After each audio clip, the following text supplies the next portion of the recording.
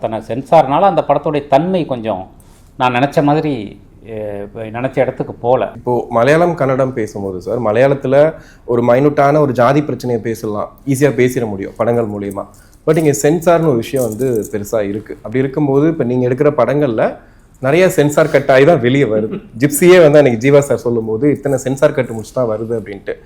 இப்போ இந்த படமும் பார்த்தீங்கன்னா நிறைய இடங்களில் பார்க்கும்போது சில விஷயங்கள் எடுப்பாங்களா அப்படிங்கிற மாதிரிலாம் இருக்குது. சென்சார் கட்டை பற்றி என்ன நினைக்கிறீங்க ஆக்சுவலி இப்போ இருக்க தமிழ் சினிமாவில்? இல்லை, இந்த படம் வந்து சென்சார் ஆகிடுச்சு.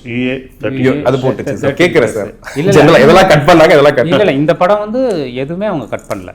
ரொம்ப நார்மலாக ஒரு சினிமாவுக்கு ஃபார்மலாக சில கட்ஸ் அவங்களுடைய ரூல் படி கொடுப்பாங்க இல்லையா, அந்த கெட்ட வார்த்தைகள் அந்த மாதிரி மட்டும்தான் இதுக்கு கட்ஸ் கொடுத்துருக்காங்க. மற்றபடி இந்த படத்தில் எதுவுமே பண்ணலை.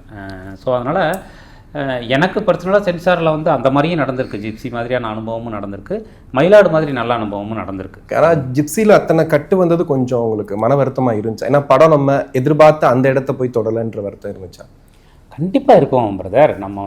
நம்ம எடுக்கிற படம் ஒரே ஒரு ஷார்ட்டு கட்டானா கூட நமக்கு வருத்தமாக இருக்கும். ஏன்னா நம்ம ரொம்ப நேசித்து தானே எடுத்திருப்போம். அதனால் கண்டிப்பாக வருத்தமாக இருக்கும். அது வருத்தமாக இருந்தது. அந்த படம் வந்து அத்தனை சென்சார்னால அந்த படத்துடைய தன்மை கொஞ்சம் நான் நினச்ச மாதிரி நினைச்ச இடத்துக்கு போகல. அதனால அந்த வருத்தம் நிச்சயமா இருக்கு. இயற்கையான டேட்ஸ், பாதாம், பிஸ்தா, கேஷ்யூ அண்ட் ஹனி கொண்டு தயாரிக்கப்பட்ட லயன் டேட் நட் பைட்ஸ்